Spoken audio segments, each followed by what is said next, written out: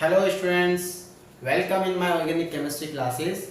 Students, in the last class we have already discussed about the nature of CX bond in the aryl halide.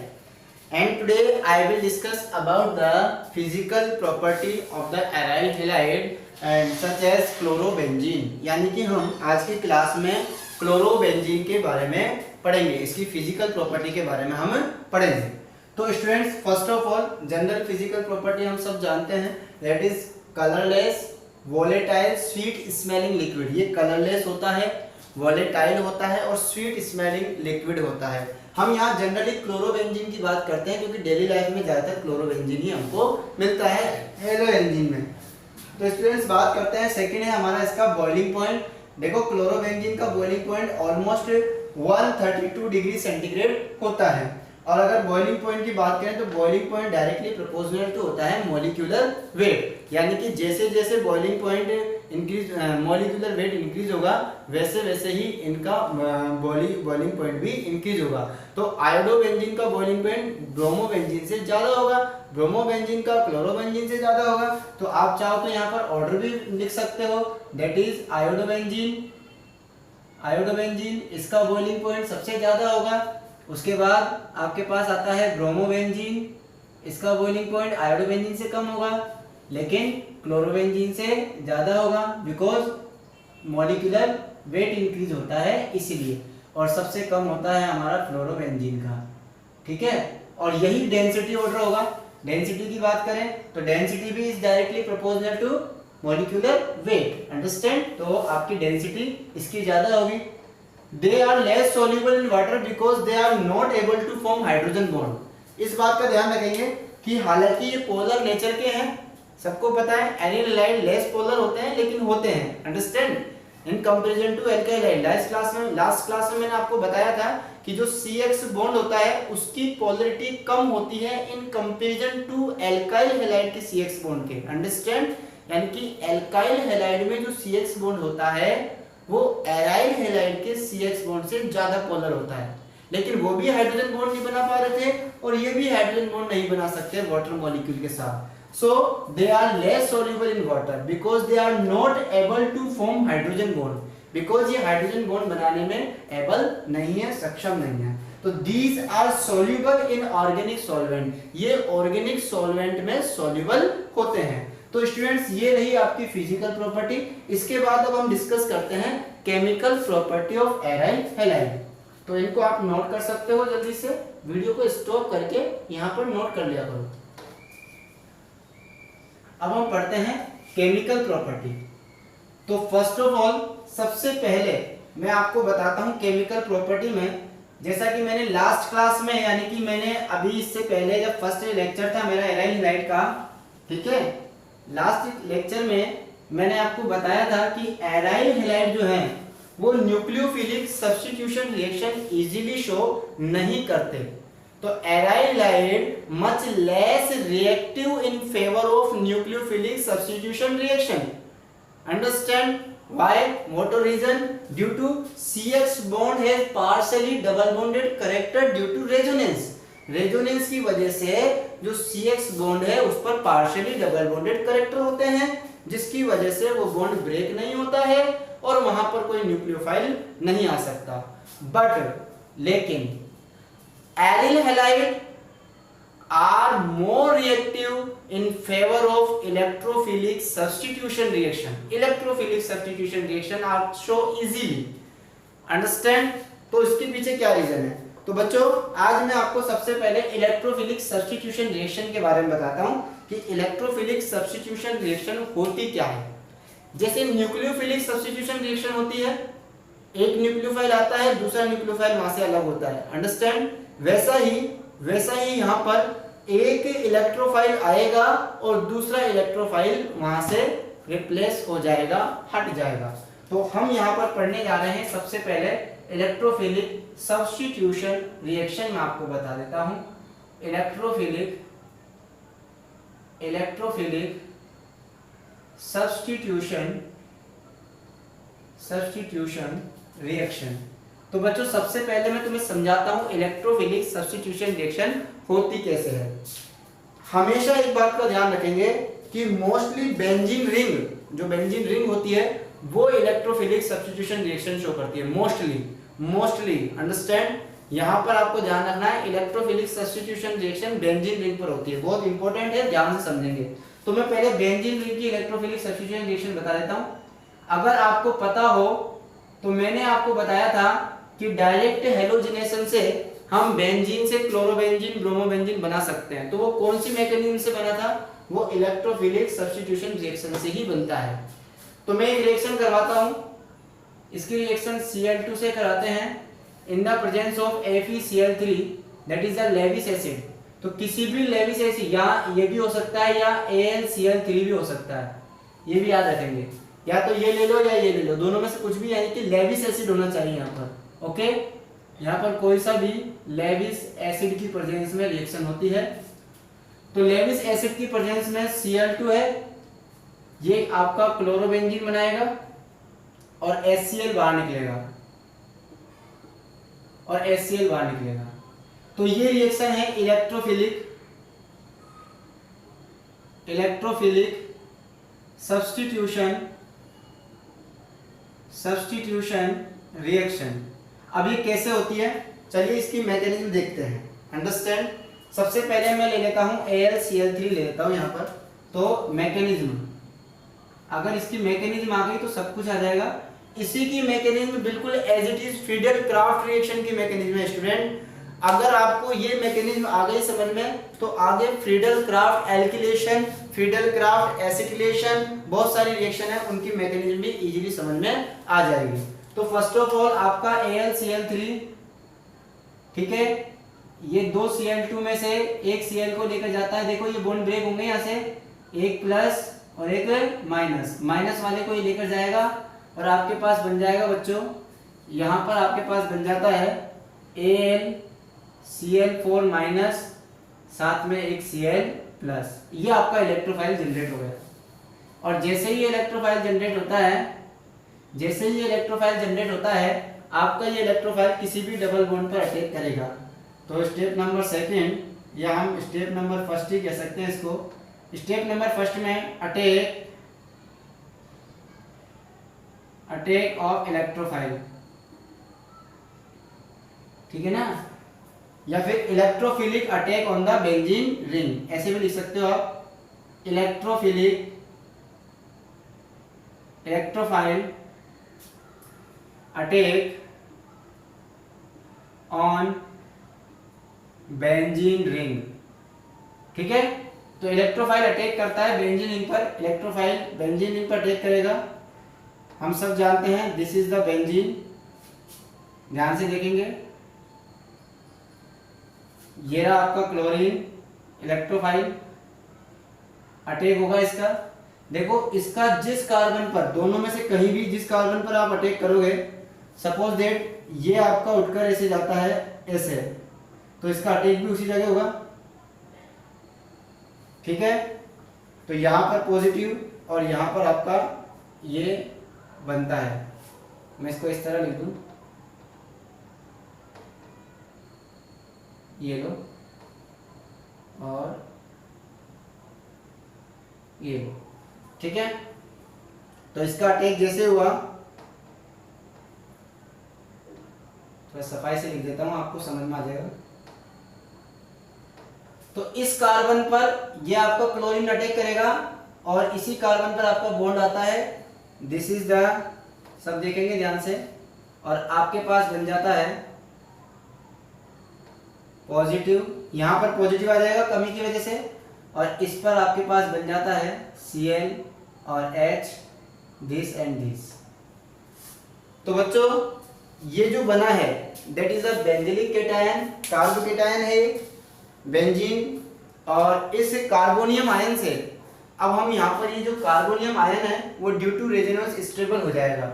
तो इसकी stability को हम resonance से समझ सकते हैं। किसे समझ सकते हैं? रेजोनेंस से। देखो ये यहाँ जाएगा, यहाँ पर केटायन आ जाएगा, फिर ये यहाँ जाएगा और यहाँ केटायन आ जाएगा, उसके बाद अपनी पोजीशन। तो इसको हम स्टेबिलिटी को हम किससे समझ सकते हैं? इसकी स्टेबिलिटी को हम रेजोनेंस से समझ सकते हैं। अंडरस्टैंड? तो हम इसको स्टेबिलिटी बता देते हैं आपको।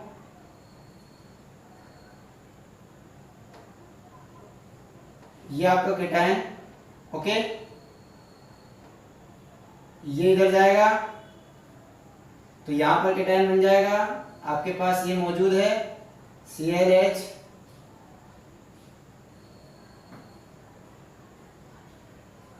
ये केटायन बन गया, यहाँ डबल बॉन्ड, यहाँ डबल बॉन्ड, और उसके बाद ये आपका Cl और H। नेक्स्ट स्टेप में ये यहाँ जाएगा, आपका केटायन यहाँ बन जाएगा, ठीक है। तो आपके पास मैं ऐसे लिख सकता हूँ क्या इसको, देखो मैं ऐसे लिख सकता हूँ क्या, यहाँ केटायन और यहाँ Cl, यहाँ H, यहाँ डबल बॉन्ड। तो इस तरीके से आपके पास, मैंने इसको सीधा कर दिया, कुछ नहीं किया, ठीक है। और अगली स्टेप में आपका ये यहाँ से, तो इस तरीके से आपके पास, तो कुल मिला के आपका ये है, आपका अटैक किया था, यहाँ से दोबारा ये अपनी पोजीशन पे जाएगा और छोड़ देगा। तो नेक्स्ट है आपका इलेक्ट्रोफिलिक अटैक हो गया है। फाइनली आपका वापस AlCl4 माइनस जो है लास्ट स्टेप में, स्टेप नंबर फर्स्ट ये था, स्टेप नंबर सेकंड ये हो गया, और स्टेप नंबर थर्ड जो आपका बनता है स्टेबिलिटी ड्यू टू रेजोनेंस, यहाँ लिख देता हूं मैं, stable by resonance carbonium ion है ये, क्लोरोकार्बोनियम आयन इसको हम बोल देंगे। तो बच्चों ये क्लोरोकार्बोनियम आयन आपका रेजोनेंस की वजह से स्टेबल हो जाता है, और इसकी स्टेबिलिटी, ये जो कार्बोकेटायन बना है stable by resonance carbonium ion, ये स्टेबल बाय रेजोनेंस हो गया। अब आप इसको देखेंगे, ये रहा आपका पॉजिटिव चार्ज, ये रहा आपका क्लोरीन, ये रहा आपका H, और यहाँ बॉन्ड था। तो बच्चों जैसे ही आपका AlCl माइनस वाला अटैक करेगा इस हाइड्रोजन पर, ये वाला बॉन्ड अपनी जगह पे चला जाएगा, और आपको मिल जाएगा यहाँ से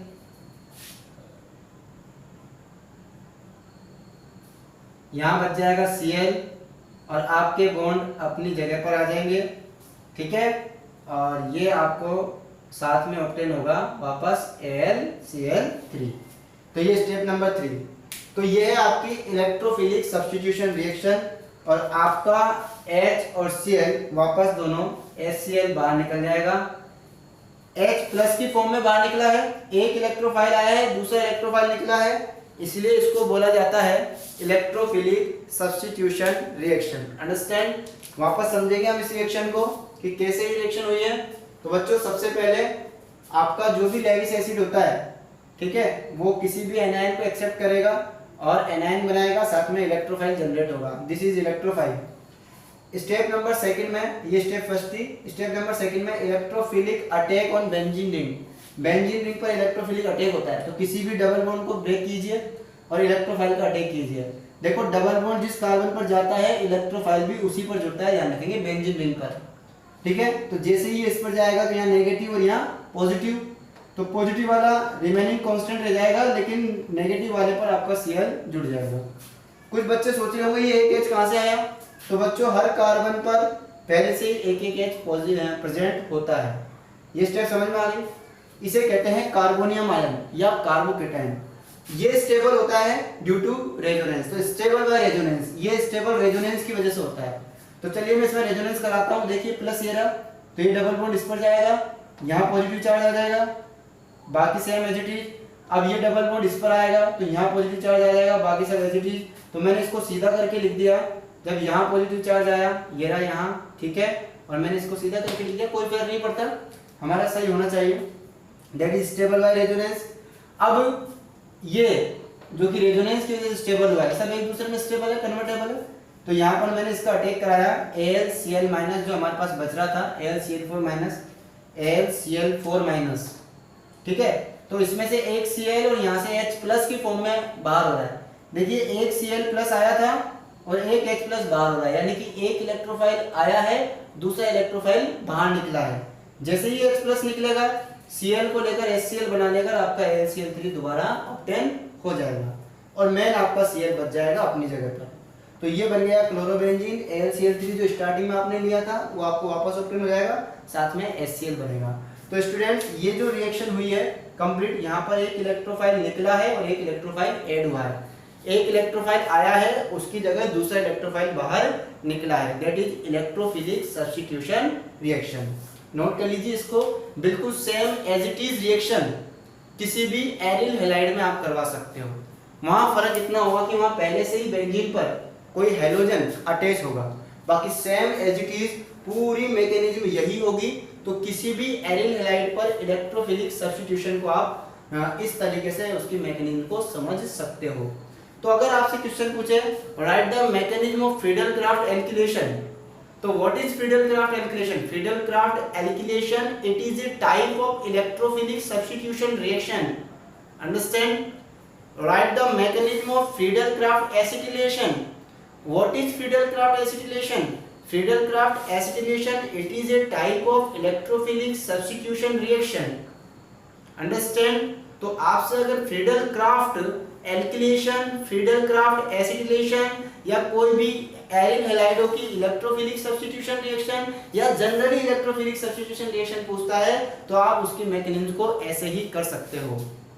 तो पहली केमिकल प्रॉपर्टी थी आपकी इलेक्ट्रोफिलिक सब्स्टिट्यूशन रिएक्शन। मैंने जनरली बेंजीन भी करके दिखाई है बच्चों, आपको वो एरिल हैलाइडों की भी इलेक्ट्रोफिलिक सब्स्टिट्यूशन रिएक्शन पूछ लेता है।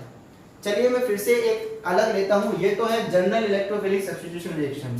अब मैं लेता हूं एरिल हैलाइडों की इलेक्ट्रोफिलिक सब्स्टिट्यूशन रिएक्शन। तो ये मैं मिटा रहा हूं।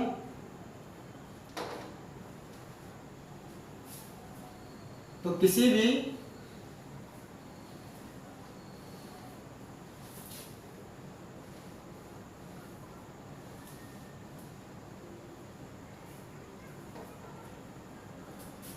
आप कहीं भी वीडियो को स्टॉप करके इनको नोट कर सकते हैं ना।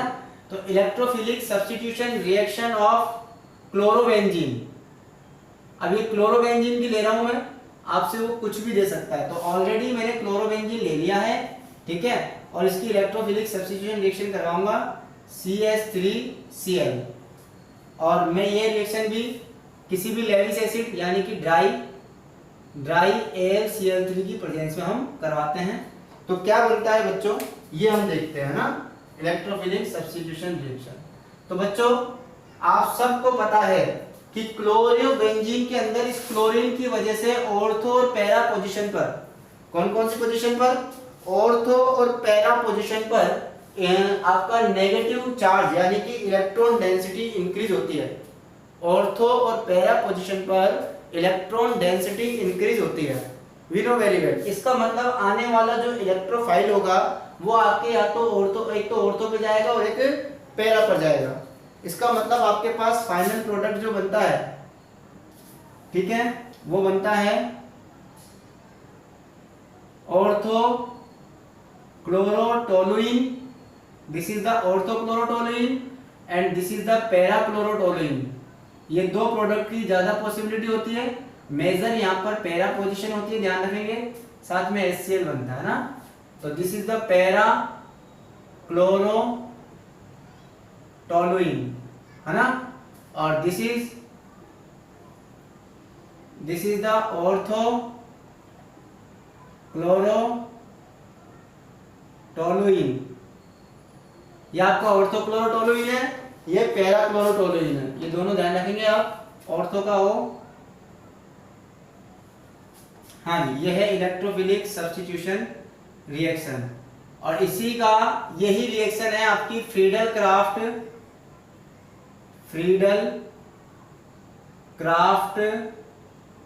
एल्काइलेशन।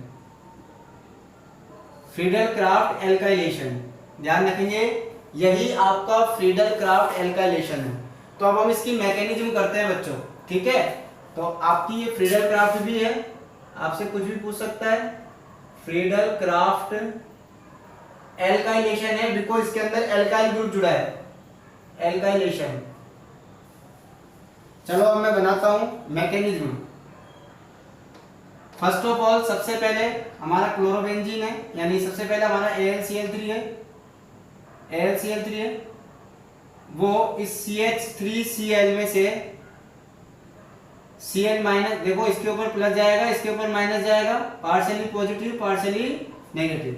तो आपका AlCl3 CH3Cl को अपर अटैक करेगा और इससे जनरेट होगा आपका AlCl4 माइनस, साथ में CH3 पॉजिटिव, यानी कि मैथिल केटायन। इलेक्ट्रोफाइल कौन आ गया आपका? Maithil, Maithil cation, Maithil cation. Okay, अब ये मैथिल केटायन ऐसे इलेक्ट्रोफिलिक अटैक करेगा। तो स्टेप नंबर फर्स्ट तो ये हो गया। Step number second, electrophilic attack, है ना, electrophilic attack on benzene ring. अब आपका chlorobenzene, this is chlorobenzene, this is chlorobenzene, और इस पर अटैक करने आ रहा है आपका मैथिल केटायन। ठीक है, तो जैसे ही मैथिल केटायन अटैक करेगा, किसी भी कार्बन पर अटैक करा दो, किसी पर भी अटैक करवा सकते हैं। देखिए ये यहां गया और इसने यहीं अटैक किया। तो जैसे ये यहां गया और इसने यहां अटैक किया,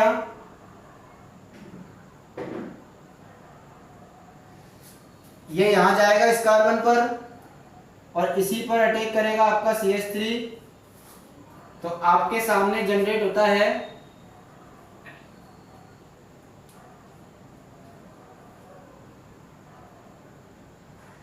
और ये यहां जुड़ जाएगा आपका CH3H। Okay, this is one. अब ये कैसे स्टेबल होगा? Due to resonance. ओके, ये आपके रेजोनेंस की वजह से स्टेबल होगा। करते हैं इसको स्टेबल रेजोनेंस की वजह से। ये लो, इंटरमीडिएट है ये आपका, इंटरमीडिएट कार्बोकेटायन। ठीक है, वो भी 3 डिग्री है। ठीक है, तो इंटरमीडिएट कार्बोकेटायन बना। अब ये ड्यू टू रेजोनेंस यहां पर CH3H ये इधर जाएगा, तो आपके पास बन जाएगा ये यहां जाएगा, ये यहां जाएगा, इस पर पॉजिटिव चार्ज आ जाएगा, इस पर आपका क्लोरीन पहले से ही है, ये CH3, ये H, फिर ये इधर जाएगा और फिर वापस आपका नेक्स्ट यहाँ डबल बॉन्ड, यहाँ पॉजिटिव चार्ज, इधर CH3, इधर H, इधर क्लोरोबेंजीन और ये डबल बॉन्ड, फिर वापस आपका H आएगा और ये इधर होकर आपका बाहर निकल जाएगा, आपके पास बन जाएगा। हाँ जी, तो नेक्स्ट इसकी बात कर लेते हैं आप। तो ये आया step number third. Step third में न्यूक्लियोफाइल अटैक करेगा। अटैक ऑन न्यूक्लियोफाइल, ये पोजीशन है आपकी, यहां पॉजिटिव है, यहां CH3, यहां H, यहां Cl, इस पर अटैक करेगा AlCl4 माइनस, और जैसे ये माइनस अटैक करेगा इस पर, ये H अपना इलेक्ट्रॉन यहां छोड़ जाएगा इस वाली जगह। तो आपके पास बन जाएगा बच्चों क्लोरोबेंजीन ऑर्थो क्लोरोटोलुइन। ये ऑर्थो पोजीशन है, ये ऑर्थो पोजीशन है, दिस इज द ऑर्थो क्लोरोटोलुइन। और अगर बात करें पैरा की, तो पैरा पोजीशन से निकालेंगे यहां से। ओके, तो पैरा देखिए जब ये ऑर्थो में पास होता है तो क्लोरीन का माइनस आई इफेक्ट भी लगता है, इसलिए ये अनस्टेबल होता है ये प्रोडक्ट। ओके, इसलिए पैरा प्रोडक्ट ज्यादा स्टेबल होता है। तो आप यहां से पैरे का भी निकाल सकते हो। तो ये तो है ortho substitute, ortho substitute, substitute. ठीक है। और आप चाहो तो इसका पैरा भी निकाल सकते हो। पैरा में आपको क्या करना है, अभी मैंने यहाँ से निकाला इस जगह से, ठीक है, आपको यहाँ से निकालना है। यहाँ से निकालोगे तो आपका पैरा सब्स्टिट्यूट बनेगा, ओके। और पैरा सब्स्टिट्यूट को आप इजीली उसकी स्ट्रक्चर देखोगे तो उसको भी आप इजीली बना सकते हो, अंडरस्टैंड। ये है आपकी फ्रीडल क्राफ्ट एल्काइलेशन रिएक्शन। तो स्टूडेंट्स फटाफट इसको नोट कर लीजिए। अभी मैं आपको पैरा सब्स्टिट्यूट भी बना के दिखा दूंगा, ठीक है, इसको नोट कर लीजिए। स्टूडेंट्स अभी हमने किया था इलेक्ट्रोफिलिक सब्स्टिट्यूशन रिएक्शन के अंदर, मैंने अभी आपको ऑर्थो अटैक बताया था। देखिए ध्यान रखिए हमेशा कि जब ऑर्थो और पैरा दोनों पोजीशन पर इस क्लोरीन या हेलोजन ग्रुप की वजह से इलेक्ट्रॉन डेंसिटी इंक्रीज होती है तो आपके पास दो प्रोडक्ट बनते हैं, एक तो ऑर्थो क्लोरोटोलिन और एक पैरा क्लोरोटोलिन। इसमें पैरा वाला जो प्रोडक्ट होगा, हमेशा जब भी आपको फ्रीडल क्राफ्ट करानी हो या इलेक्ट्रोफिलिक सब्स्टिट्यूशन रिएक्शन करानी हो तो जो मेजर प्रोडक्ट होता है वो पैरा प्रोडक्ट आपका मेजर होता है। व्हाई, व्हाट आर रीजन, क्या कारण है, क्या रीजन है जिसकी वजह से पैरा जो प्रोडक्ट है वो मेजर होता है, तो उसके लिए मैं आपको बताने वाला था। अभी तो हमने रिएक्शन मैकेनिज्म पढ़ी थी, है ना, और अभी मैंने आपको ऑर्थो सब्स्टिट्यूट बताया था, वैसे ही आप पैरा सब्स्टिट्यूट बना सकते हो। तो मैं जनरली एक मैं आपको तरीका सिखाता हूँ कि ऑर्थो सब्स्टिट्यूट और पैरा सब्स्टिट्यूट दोनों तरफ से मैं यहाँ पर सब्स्टिट्यूट बना के देखता हूँ। देखिए more resonating structure are more stable, किसी भी मॉलिक्यूल की जितनी ज्यादा रेजोनेटिंग स्ट्रक्चर बनती है वो उतना ही ज्यादा स्टेबल होता है, और किसी भी रिएक्शन में इंटरमीडिएट जितना ज्यादा स्टेबल होगा वो रिएक्शन उधर ही प्रोसीड होगी और वही प्रोडक्ट मेजर होगा, ये आपको पहले से पता है। तो ऑर्थो में भी आपका इंटरमीडिएट बनता है कार्बोकेटायन और पैरा में भी इंटरमीडिएट बनता है कार्बोकेटायन, लेकिन पैरा वाला जो कार्बोकेटायन बनता है उसकी स्टेबिलिटी के लिए तीन यानी कि ज्यादा रेजोनेटिंग स्ट्रक्चर बनती है। ऑर्थो वाले सब्स्टिट्यूट की रेजोनेटिंग स्ट्रक्चर कम बनती है, इसलिए ऑर्थो वाला कम स्टेबल होता है इंटरमीडिएट, और पैरा वाला इंटरमीडिएट ज्यादा स्टेबल होता है, इसलिए आपका पैरा जो सब्स्टिट्यूट होगा वो मेजर होगा। मैं बताता हूँ, देखिए ये आपका क्लोरोबेंजीन है, इस पर ये इलेक्ट्रोफाइल अटैक कर रहा है, कौन सी पोजीशन पर, ऑर्थो पोजीशन पर। देखिए ऑर्थो पोजीशन पर अटैक कर रहा है, इलेक्ट्रोफाइल का अटैक हुआ इस कार्बन पर, तो आपका ये इलेक्ट्रॉन भी इसी पे जाएगा, तो यहाँ पॉजिटिव चार्ज आएगा, आ गया, दिख रहा होगा आपको। इसके यहाँ पॉजिटिव आने पर अब इसकी केवल दो रेजोनेटिव स्ट्रक्चर बनती है, कितनी, दो। देखिए क्लोरीन अपना लोन पेयर देगा यहाँ पर, ये डबल बॉन्ड, और ये यहाँ पर भाई ये अपना इलेक्ट्रॉन यहाँ देगा, इसका पॉजिटिव खत्म, जैसे इसका पॉजिटिव खत्म होगा आपकी ये स्ट्रक्चर बन जाएगी। तो क्लोरीन के साथ केवल दो स्ट्रक्चर, अंडरस्टैंड। हालांकि इधर से भी शो कर सकता है, कोई बात नहीं, हमें मेन रिएक्शन देखनी है क्योंकि वो तो पैरा की भी होगी ना। अरे ये अंदर वाली तो पैरा वाला भी शो करेगा, मेन तो बाहर से हम देख रहे हैं क्लोरीन के साथ। इधर आ जाओ पैरा सब्स्टिट्यूट में, आपका इलेक्ट्रोफाइल अटैक करता है पैरा पोजीशन पर, जैसे ही इलेक्ट्रोफाइल पैरा पोजीशन पर अटैक करेगा वैसे ही आपका डबल बॉन्ड इधर जाएगा, तो यहाँ पर माइनस और यहाँ प्लस बचेगा, ये रहा आपका प्लस, ठीक है, ये रहा आपका प्लस। बिल्कुल ध्यान से देखेंगे, इस कार्बन पर ये डबल बॉन्ड उठ के आएगा, यहाँ नेगेटिव चार्ज, आपका इलेक्ट्रोफाइल यहाँ अटैक कर जाएगा, जुड़ जाएगा, और यहाँ पॉजिटिव चार्ज रिमेन कांस्टेंट रह जाएगा। बोलो यहाँ तक कोई डाउट? अब इसको कंपैरिजन करते हैं क्लोरीन से, इसका रेजोनेंस शो करेंगे क्लोरीन से। तो देखिए सबसे पहले आपके पास ये जो डबल बॉन्ड है ये इस पर जाएगा, तो यहाँ डबल बॉन्ड आएगा और इस पर कैटायन आ जाएगा, अंडरस्टैंड, क्योंकि ये डायरेक्ट उठ के जा नहीं सकता, स्टेप बाय स्टेप होगा। तो एक रेजोनेटिव स्ट्रक्चर ये, दूसरी ये और तीसरी ये, यानी कि टोटल इसकी टोटल तीन रेजोनेटिव स्ट्रक्चर बनेंगी, तीन रेजोनेटिव, और इसकी बनेंगी दो रेजोनेटिव स्ट्रक्चर, समझ गए? तो आपके ऑर्थो सब्स्टिट्यूट की केवल दो रेजोनेटिव स्ट्रक्चर बनती है, जो आपका इंटरमीडिएट बनता है उसकी कितनी रेजोनेटिव स्ट्रक्चर बनती है? दो। और अगर पैरा सब्स्टिट्यूट जो होता है उसका जो इंटरमीडिएट है उसकी आपकी तीन रेजोनेटिव स्ट्रक्चर बनती है। तो para substitute are more stable, इसीलिए आपका जो पैरा प्रोडक्ट होगा वो कैसा होगा बच्चों? मेजर होगा। तो ये सारी कहानी थी इलेक्ट्रोफिलिक सब्स्टिट्यूशन रिएक्शन की, आप इसको बिल्कुल आराम से देख सकते हैं, ठीक है। ये मैंने वापस ड्रॉ किया है, ये वो नहीं है जो अभी अपन ने अभी मिटा के मैंने किया है, इसको आप इसको दोबारा नोट करेंगे।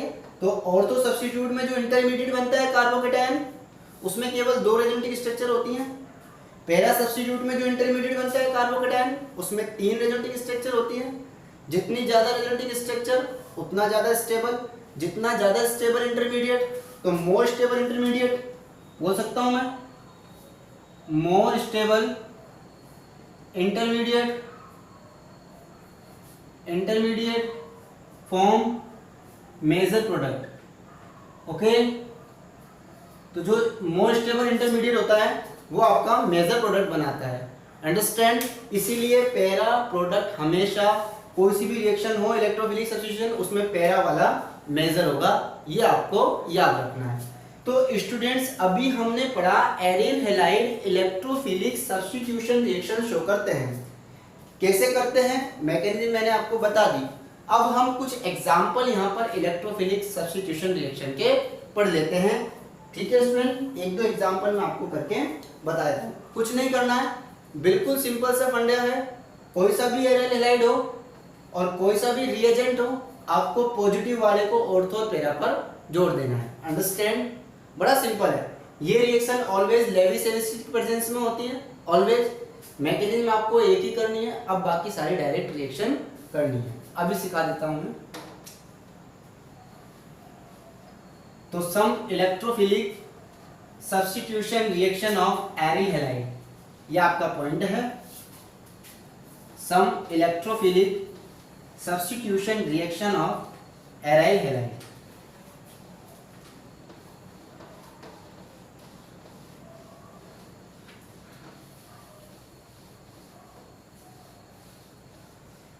एक दो एग्जांपल मैं आपको करके दिखा देता हूं, फिर आपको समझ में आ जाएगा। तो some important electrophilic substitution reaction of aryl halide. Aryl हैलाइडों की कुछ इलेक्ट्रोफिलिक सब्स्टिट्यूशन रिएक्शन हम यहाँ करके देखते हैं। देखिए मैंने लिया क्लोरोबेंजीन, ठीक है, क्लोरोबेंजीन ले लिया मैंने, दिस इज क्लोरोबेंजीन। तो वी नो वेरी वेल कोई भी इलेक्ट्रोफाइल जो आएगा वो ऑर्थो और पैरा पर डायरेक्ट जोड़ना है, कुछ नहीं करना। देखिए मैंने लिया यहाँ पर मान लो acetyl chloride CH3C double bond OCl, this is the acetyl chloride. तो यहां से पहले इलेक्ट्रोफाइल जनरेट करो, बॉन्ड को ब्रेक करो, एक पॉजिटिव एक नेगेटिव। पॉजिटिव वाले को इलेक्ट्रोफाइल बोलते हैं, नेगेटिव वाले को न्यूक्लियोफाइल बोलते हैं। तो फर्स्ट अटैक इलेक्ट्रोफाइल का, देन न्यूक्लियोफाइल। तो मैं रफली करके दिखाता हूं। CH3 CHOCl, इसको तोड़ेंगे, ये प्लस और ये माइनस। तो इस प्लस वाले को क्या करोगे, दो जगह जोड़ोगे। कहां कहां, एक तो ऑर्थो पर और एक पैरा पर। देखो जहां से टूट रहा है वहीं से जोड़ेंगे, समझ में आ गया। तो चलिए, ये रिएक्शन होती है किसी भी लेविस एसिड की प्रेजेंस में, ड्राई AlCl3 FeCl3 SbCl5, कोई सा भी आपको यहाँ पर लेविस एसिड दिया जाएगा BF3। ओके, तो कोई सा भी लेविस एसिड की प्रेजेंस में रिएक्शन होगी तो आपका ये वाला ग्रुप इलेक्ट्रोफाइल होगा, पार्शियली पॉजिटिव पार्शियली नेगेटिव। ये वाला ग्रुप जो है ये इलेक्ट्रोफाइल होगा, इसको अटैक कराना है। पहले एज इट इज लिख दो। हम सब जानते हैं कहाँ कहाँ अटैक करेगा, ऑर्थो और पैरा पर। और हमेशा ध्यान रखेंगे ऑर्थो पैरा कब, जब हेलो बेंजीन हो तब। ओनली बेंजीन पर, सिंपल बेंजीन पर कोई ऑर्थो पैरा नहीं होते। अगर किसी बच्चे को ये पता नहीं है कि सर ऑर्थो और पैरा क्या होते हैं, तो मैं बता देता हूं कि जब भी हम कोई बेंजीन बनाते हैं उस बेंजीन पर पहले से कोई भी ग्रुप अटैच हो तो उस ग्रुप के रेस्पेक्ट में 1 2 3 4 5 6, 1 के रेस्पेक्ट में 2 और 6 आपका ऑर्थो होता है, 1 के रेस्पेक्ट में 4 पैरा होता है और 1 के रेस्पेक्ट में 3 और 5 आपका मेटा होता है। ये आपको ध्यान रखना है। तो बच्चों आपको ऑर्थो और पैरा पर यानी कि 2 पर और फिक्स पर, यह आपका क्लोरोबेंजीन है। इस पर दूसरे नंबर पे कार्बन पर एक बार तो CO, देखो जहां से आपका पॉजिटिव है ना वहीं से जोड़ेंगे, C डबल बॉन्ड OCH3। एक तो आपके पास ये प्रोडक्ट बनेगा, एक प्रोडक्ट बनेगा पैरा वाला C डबल बॉन्ड OCH3। कई बच्चों को जोड़ना नहीं आता है, इसलिए ध्यान से सुने, जहां से तोड़ा है वहीं से जोड़ना है, इधर से नहीं जोड़ देना है, पीछे से जहां प्लस चार्ज आ रहा है वहीं से जोड़ेंगे, ठीक है। और साथ में आपके पास बनता है बच्चों HCl। तो यहां पर भी कौन सा मेजर होगा, पैरा वाला। नाम देखिए यहाँ पर ortho chloro acetophenone, this is the acetophenone है ना, क्या नाम है इसका, एसिटोफिनोन। तो ऑर्थो क्लोरो एसिटोफिनोन और इसका नाम है पैरा क्लोरो एसिटोफिनोन। तो इस तरह मेजर प्रोडक्ट आपका पैरा होगा, ये मेजर है और ये माइनर है। इस रिएक्शन में अगर आप गौर से देखो तो एसिटिल ग्रुप अटैच हो रहा है। अगर एसिटिल ग्रुप अटैच होता है, जुड़ता है, तो इसको बोलते हैं फ्रीडल क्राफ्ट एसिटिलेशन। क्या बोलते हैं इसको, फ्रीडल क्राफ्ट एसिटिलेशन। ये नोट कर लेना आपके हेडर पर, ठीक है, ये रफली नोट करना है, हेडर पर नोट कर लेना। मैं इस रिएक्शन का नाम लिख देता हूं, ये मिटा देता हूं। तो बच्चों इसका नाम है फ्रीडल क्राफ्ट। ये भी कौन सी रिएक्शन है, फ्रीडल क्राफ्ट एसिटिलेशन, ठीक है। बिकॉज यहां पर acetyl group, this group is known as acetyl, acetyl group attack कर रहा है, इसलिए फ्रीडल क्राफ्ट एसिटिलेशन। अगर एल्काइल ग्रुप जुड़ता है, लास्ट रिएक्शन के अंदर एल्काइल ग्रुप जुड़ रहा था, that is Friedel craft alkylation. अभी इससे पहले जो मैंने रिएक्शन कराई थी उसमें केवल CH3 जुड़ रहा था, CH3 it is a alkyl group, it is known as methyl, तो फ्रीडल क्राफ्ट मेथिलेशन। अगर एथाइल जुड़ता है, Friedel Crafts ethylation, okay, methylation, ethylation, alkylation. तो एल्काइल ग्रुप अटैच होता है तो Friedel Crafts alkylation, acetyl group attach होता है तो फ्रीडल क्राफ्ट एसिटिलेशन। ये दो यहाँ पर फ्रीडल क्राफ्ट होती हैं, अंडरस्टैंड। इसी तरह बहुत सारी रिएक्शन है स्टूडेंट्स जो हम यहाँ पर टाइम टू टाइम करेंगे। फिलहाल आज के लिए इतना ही। नेक्स्ट क्लास में मैं आपको बहुत सारी रिएक्शन इलेक्ट्रोफिलिक रिएक्शन कराऊंगा। देखिए मैं आपको एक बात बता दूं जाता जाता कि chemical properties of aryl halide, जिस तरह alkyl halide chemical property show करते हैं 4 टाइप की रिएक्शन, उसी तरह एराइल हैलाइड भी 4 टाइप की रिएक्शन शो करते हैं। मैं आपको बता देता हूँ, मैं अभी बता देता हूँ, फिर नेक्स्ट क्लास में हम उन रिएक्शनों को ही पढ़ लेंगे, ठीक है, और हमारा चैप्टर भी इसी के साथ फिनिश हो जाएगा। तो मैं आपको बता रहा हूँ पहली रिएक्शन जो शो करते हैं आपके एराइल हैलाइड वो है इलेक्ट्रोफिलिक सब्स्टिट्यूशन रिएक्शन, जो कि मैंने आपको बता दी है, इनके एग्जाम्पल बताना बाकी है। दूसरी रिएक्शन शो करते हैं रिएक्शन विद मेटल, जैसे हमने एल्काइल हैलाइडों के साथ रिएक्शन विद मेटल करवाया था, ग्रिग्नार रिएजेंट बना था और वहां पर एल्केन बने थे, हायर एल्केन, वुड्स रिएक्शन कराई थी, वुड्स फिटिंग कराई थी, याद होगा आपको, फिटिंग, वुड्स फिटिंग। तो सेकंड रिएक्शन है reaction with metal. Third reaction है रिडक्शन। थर्ड रिएक्शन कौन सी है, रिडक्शन। और फोर्थ रिएक्शन जो एराइल हैलाइड शो करते हैं वो है आपकी nucleophilic substitution reaction in any condition. वहां पर कुछ कंडीशन होंगी, उन कंडीशन में एराइल हैलाइड कभी कभी न्यूक्लियोफिलिक सब्स्टिट्यूशन रिएक्शन भी शो करते हैं। मैंने ऐसे नहीं बोला था नहीं करते, पहले मैंने बोला था मुश्किल से शो करते हैं, इजीली शो नहीं करते। इसका मतलब कुछ कंडीशन होंगी, हाई टेम्परेचर होगा, है ना, हाई प्रेशर होगा और कुछ कैटेलिस्ट होंगे, तो उनकी प्रेजेंस में एराइल हैलाइड जो है वो न्यूक्लियोफिलिक सब्स्टिट्यूशन रिएक्शन भी शो कर सकते हैं। तो 4 टाइप की reaction, again I repeat, electrophilic substitution reaction, reaction with metal, reduction and nucleophilic substitution reaction. First आज मैंने आपको बता दिया, इसकी कुछ एग्जाम्पल बाकी हैं, थर्ड जो है वो नेक्स्ट क्लास में बता देंगे। इसी के साथ मैं आपसे अलविदा लेता हूँ, good bye, thank you so much.